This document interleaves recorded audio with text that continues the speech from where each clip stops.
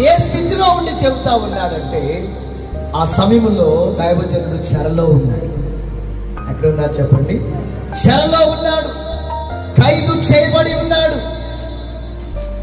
ఘోరమైనటువంటి శ్రమలలో, బంధకాల మధ్యలో ఉన్నాడు. కఠినమైనటువంటి పరిస్థితులు, పోరాటాల మధ్యలో ఉన్నాడు. దేవునికి స్తోత్రం, హల్లెలూయా. వెలుపట బయట పోరాటాలు, ఎన్నో శ్రమలు, ఎన్నో బలహీనతలు, ఎన్నో ఆటంకములు, ఎన్నో ఆటుపోటులు, ఎన్నో నిందలు, అవమానాల మధ్యలో పౌలు యొక్క జీవితం కొనసాగుతా ఉంది. దేవునికి మహిమ కలుగునుగా. హల్లెలూయా. అయితే పౌలు గారు ఒక చక్కని మాట అన్నాడు, నేను